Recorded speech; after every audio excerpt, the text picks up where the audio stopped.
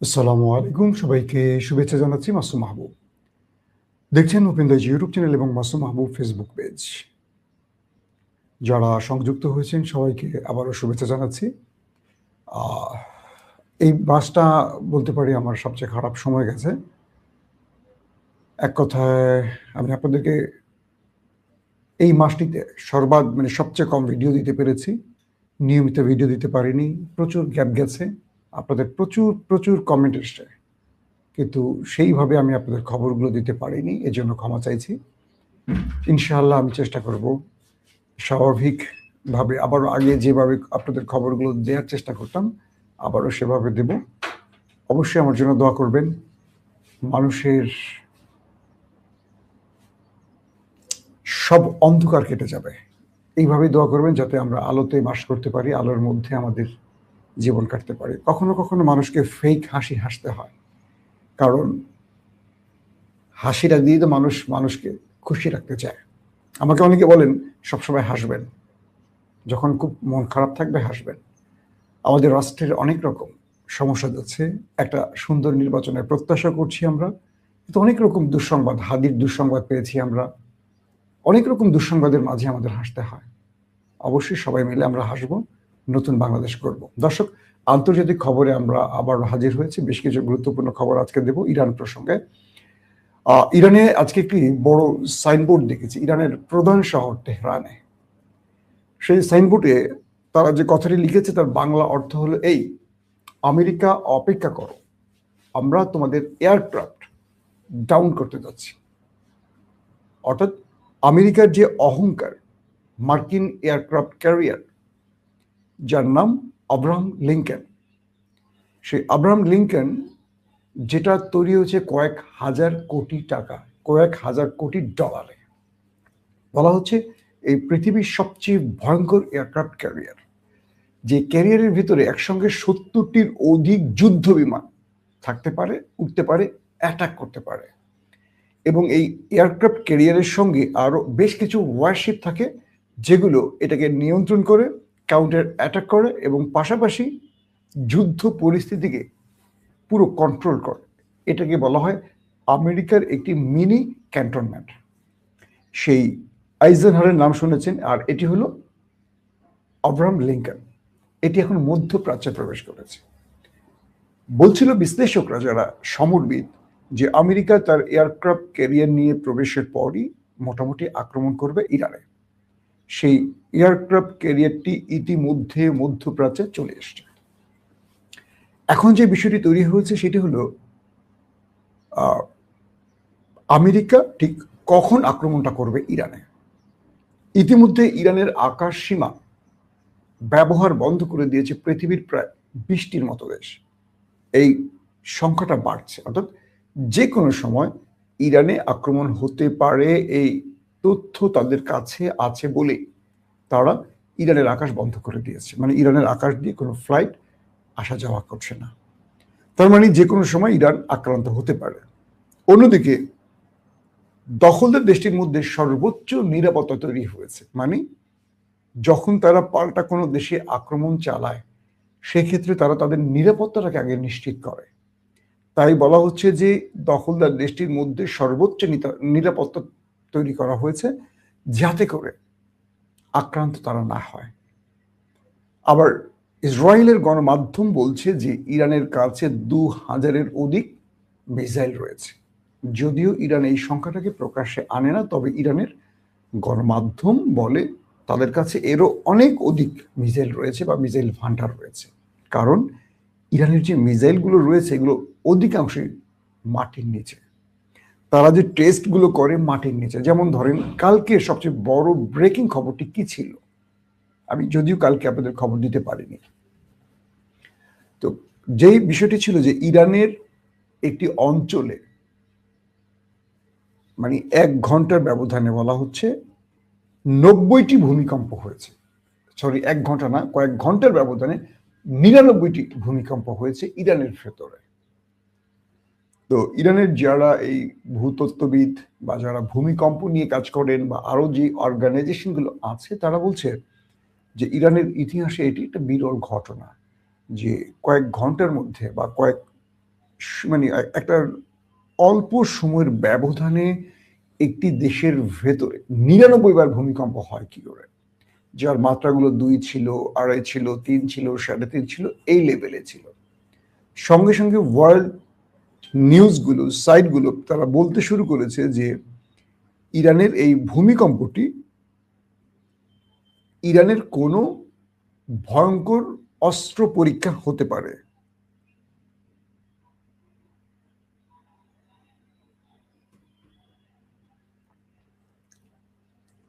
তো বিষয়টা হলো যে 99 বার ভূমিকম্পের অর্থটা কি? আন্তর্জাতিক গণমাধ্যমগুলো বলছে যে ইরান মাটির নিচে কোনো ভয়ঙ্কর মিসাইল বা নিউক্লিয়ার পরীক্ষা চালিয়েছে, এবং যেহেতু আমেরিকা ইরানের বিরুদ্ধে যুদ্ধের জন্য আসছে বা যুদ্ধটা শুরু হচ্ছে খুব অল্প সময়ের ব্যবধানে বা যে কোনো সময়, তাই ইরান তার সবচেয়ে ভয়ঙ্কর অস্ত্রগুলোর শেষ পরীক্ষাটা চালাচ্ছে, আর সেটা মাটির নিচে, আর তাই 99 বার ভূমিকম্প হয়েছে। এখন কেউ কেউ বলছেন তাহলে কি ইরান তার পারমাণবিক টেস্ট করে ফেলেছে, এই প্রশ্নটিও এসছে, যদিও ইরান এই বিষয়টি কখনো মুখ খোলে না। হতে পারে ইরান তার পারমাণবিক পরীক্ষার টেস্ট করে ফেলেছে, হতে পারে ইরান তার সবচেয়ে ভয়ঙ্কর মিসাইল সেটিরও পরীক্ষা চালিয়েছে, হতে পারে ইরান তার কাছে থাকা আরো ভয়ঙ্কর কোনো কিছু পরীক্ষা চালিয়েছে। অর্থাৎ পরীক্ষা ইরান চালিয়েছে, এটা সব সেক্টর থেকে মোটামুটি নিশ্চিত, নতুবা এই অল্প সময়ের ব্যবধানে 99 বার ভূমিকম্প হওয়ার প্রশ্ন আসে না।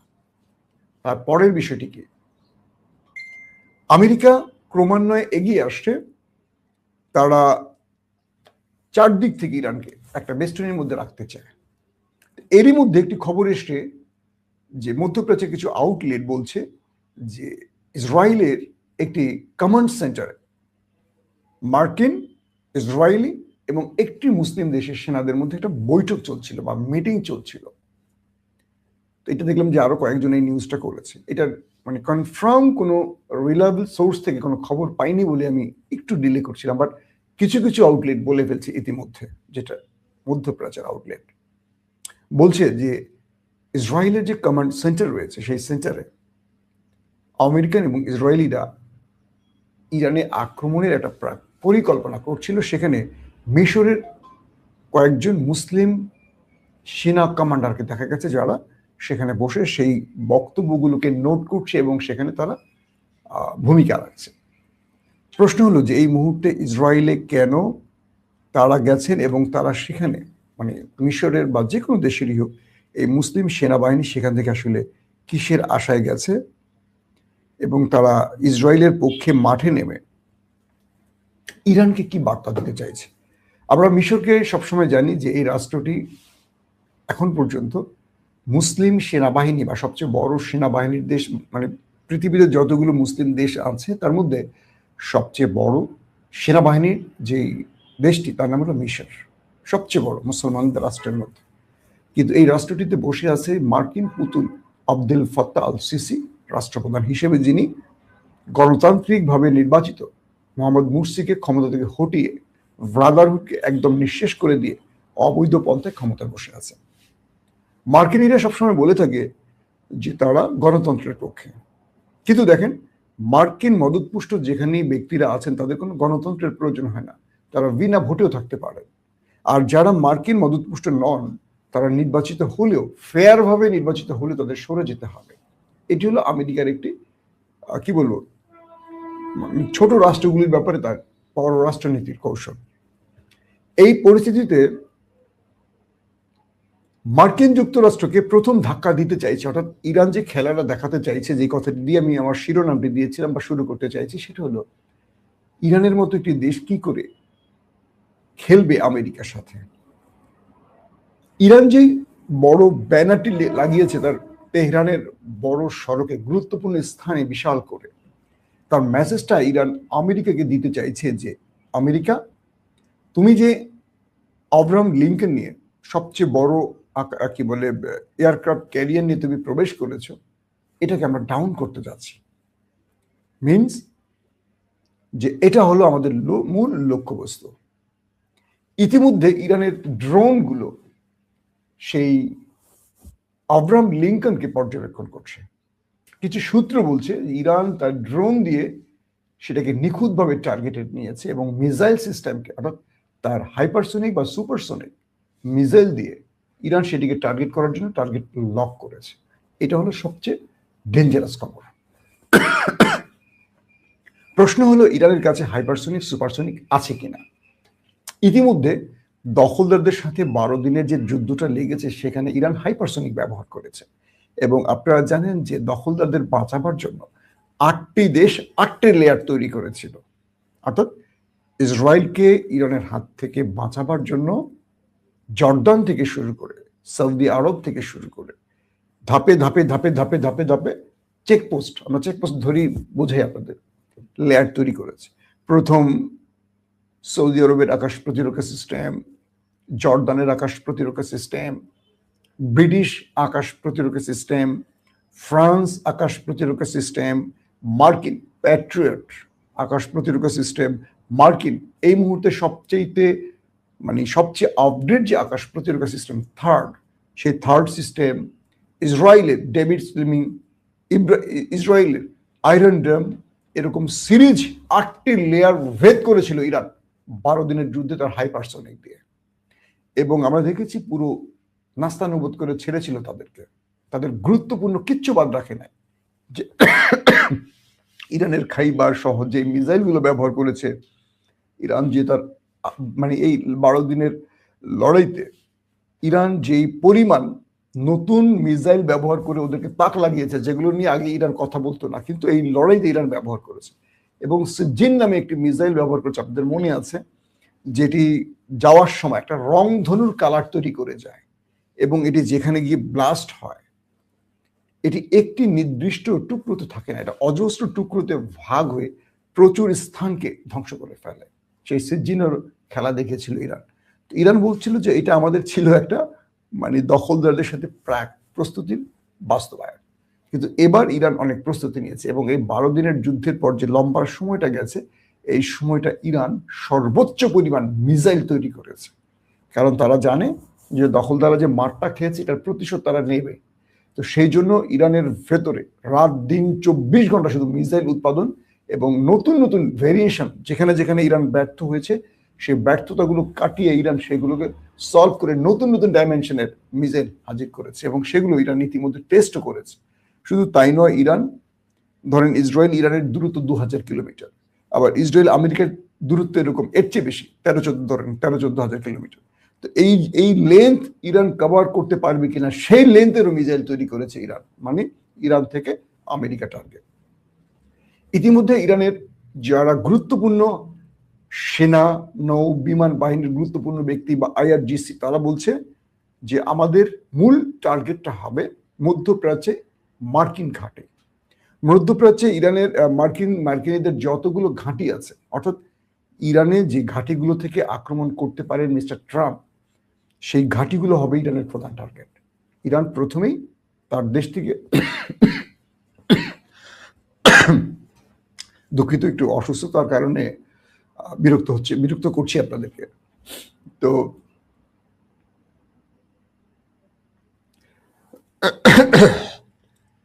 পানি দাও।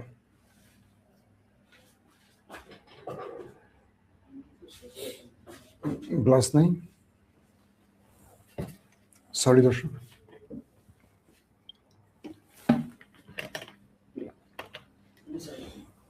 আমি টানা সফরের মধ্যে থাকার কারণে বা একটু বিভিন্ন কারণেই হোক, মানসিকভাবেও শারীরিকভাবে একটু অসুস্থতার কারণে হয়তো বা প্রবলেম হচ্ছে। তো যে বিষয়টি তৈরি হচ্ছে দর্শক, যে ইরান তার এই পরীক্ষাগুলো আমেরিকার ক্ষেত্রে শুধু ব্যবহার করবে না, এখানে ইরান তার কিছু মিত্রকে টেনে আনছে। ধরেন আমেরিকার আধুনিক অস্ত্র কি কি আছে, তার মোকাবেলায় পৃথিবীর আরেকটা দেশ অনেক আধুনিক প্রযুক্তির অস্ত্র তৈরি করেছে, তার নাম হলো চীন। যে চীন বলা হচ্ছে 16 থেকে 20টি কার্গো ভরে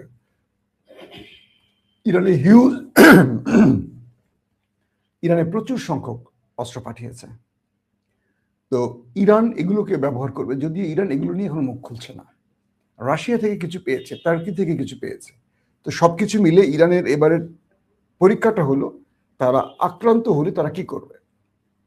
গত 2-3 দিন ধরে ইরান বলার চেষ্টা করছে যে আমরা যদি আক্রান্ত হই, আমরা কোনো সার্জিক্যাল স্ট্রাইক বা কোনো স্ট্রাইক টাইপের অ্যাটাকে যাব না। অর্থাৎ আমেরিকা যদি আমাদের আক্রমণ করে, সেই ক্ষেত্রে পাল্টা একটা আক্রমণ করে আমরা থেমে থাকবো না, আমরা আমাদের সর্বোচ্চটা এখানে ব্যবহার করব। 1 নম্বর। 2 নম্বর, ইরান বলছে আলী খামেনি হলো আমাদের রেড লাইন। যদি শত্রুরা আলী খামেনিকে টার্গেট করে, সেক্ষেত্রে ইরান তার একটি অস্ত্র আর ঘরে মজুদ রাখবে না, প্রত্যেকটাই শত্রুর দিকে ছুটবে। মানে ইরানের যতটুকু সক্ষমতা আছে, শক্তি আছে, পুরোটা ইরান ব্যয় করবে শত্রুর বিরুদ্ধে যদি আলী খামেনিকে টাচ করা হয়। ইতিমধ্যে বিশ্ব গণমাধ্যমগুলো বলছে ইরান আলী খামেনিকে তার শেল্টার জন্য নিয়ে গেছে, অর্থাৎ বাংকারে নিয়ে গেছে। তিনি যে বাংকারটিতে তার জন্য একদম পার্সোনালি তৈরি করা হয়েছে, সেই বাংকারে আলী খামেনিকে সরিয়ে নেওয়া হয়েছে। তার মানে ইরানের কাছে গোয়েন্দা তথ্য আছে যে কোনো মুহূর্তে অ্যাটাক চলে আসবে। কারণ ইতিমধ্যে আমেরিকা তার নৌ মহড়া শুরু করে দিয়েছে। নৌ মিনস সেনা মহড়া শুরু করেছে, তার বিমান মহড়া শুরু করে দিয়েছে। অর্থাৎ ইরানের উপরে আক্রমণের জন্য তার যে বিমানগুলো ব্যবহার করবে, কোন পজিশন থেকে করবে, কিভাবে করবে, কোন টাইপের মিসাইল ছড়বে, টমাহক ছড়বে না B2 বোম্বার্স ছড়বে, 35 ব্যবহার করবে না 16 ব্যবহার করবে, এই যে বিষয়গুলো, এই জিনিসগুলো আমেরিকা মহড়া শুরু করে দিয়েছে। তার মানে আমরা বলতে পারি যে কোনো সময় ইরান অ্যাটাক শুরু হবে। আর ইরানও এটা ফুল ফ্রেম ওয়ার হিসেবে নেবে, অর্থাৎ তারা ফুল যুদ্ধে চড়াবে, এইটা ঘোষণা দিয়ে বসছে। আর আলী খামেনির জন্য সর্বোচ্চ নিরাপত্তা তৈরি হয়েছে, পাশাপাশি আলী খামেনির অবস্থান হাতে গোনা খুব কম লোক জানে। অর্থাৎ ইরানের আলী খামেনির পরিবারকেও জানানো হয় না, সেনাবাহিনীকেও জানানো হয়নি। তার পার্সোনাল কিছু বডিগার্ড, তাদের মধ্য থেকে 2-1 জন জানেন তিনি কোথায় আছেন। এর আগেও 12 দিনের যুদ্ধে আলী খামেনিকে এভাবে নিরাপদে সরিয়ে নেওয়া হয়েছে। কারণ দখলদারদের টার্গেট হলো বা পশ্চিমাদের টার্গেট হলো খামেনিকে শেষ করতে পারলে এই রেজিম শেষ হয়ে যাবে। মানে ইসলামিক প্রজাতন্ত্র ইরানের বিদায় ঘটবে, আসবে সেকুলার ইরান বা মার্কিন মদতপুষ্ট একটা রাষ্ট্র ব্যবস্থা। তো তারা তাহলে আর যুদ্ধ করতে হবে না। খামেনির মৃত্যুর পর 40 বছরের এই রেজিমের মৃত্যু হবে। এই থেকে তাদের প্রথম টার্গেটটা হলো তারা স্ট্রাইক আকারে যাবে, অর্থাৎ ইরানকে একদম শেষ করবে। বিষয়টা এরকম না, তাদের ব্যালিস্টিক প্রকল্প ধ্বংস করবে, ক্রুজ প্রকল্প ধ্বংস করবে, কামিকাজি প্রকল্প ধ্বংস করবে, তাদের তাদের পারমাণবিক প্রকল্প ধ্বংস করবে, তাদের বিজ্ঞানীদের ধ্বংস করবে, তাদের পাওয়ার প্ল্যান্ট ধ্বংস করবে। পাশাপাশি এর মধ্য থেকে তাদের মূল টার্গেট খামেনিকে ধ্বংস করা। অর্থাৎ আমেরিকা ইসরায়েল যে স্ট্রাইকটা চালাবে, তাদের কাছে যদি তথ্য থাকে যে এই বাংকারে খামেনি আছে, সেইটাকে তারা টার্গেট করবে। আর খামেনি বলেছেন তার বয়স আল্লাহ যেটুকু দিয়েছেন এনাফ, মানে পার হয়ে গেছে, তার মানুষ এতদিন বাঁচে না, তিনি বেঁচে আছেন এবং তিনি মনে করছেন তার মৃত্যুর মধ্য দিয়ে ইরানের এই ইসলামিক প্রজাতন্ত্র ইরানের বিদায় ঘটবে না, সেখানে নতুন করে কেউ হাল ধরবে। তো এখন ইরান মনে করছে তাকে সর্বোচ্চ নিরাপত্তা দিয়ে বাঁচিয়ে রাখা জরুরি, কারণ খামেনিকে লাগবে এই রাষ্ট্রের জন্য।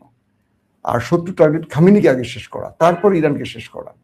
তো এইভাবেই ইরান একটা বড় রকম চাপের মধ্যে আছে, শত্রুরা ইরানকে টার্গেট করে এগুচ্ছে এবং বলা হচ্ছে যে কোনো সময়, আমি আবারও বলছি, যে কোনো সময় অ্যাটাক। আমরা আপনাদেরকে এখন থেকে ইনশাআল্লাহ প্রতি মুহূর্তের আপডেট দেওয়ার চেষ্টা করব।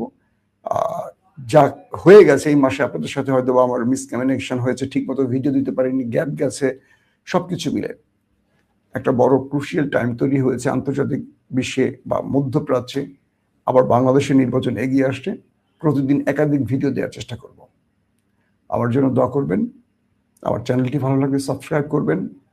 আর অনেকে প্রশ্ন করেছেন প্রিয় মিউজিক ভিডিও, একটি আমার গানের চ্যানেল, মানে আমি নিজে শখ করে কিছু গান লিখি, সেই গানগুলোকে আমি এই চ্যানেলে আপলোড করি।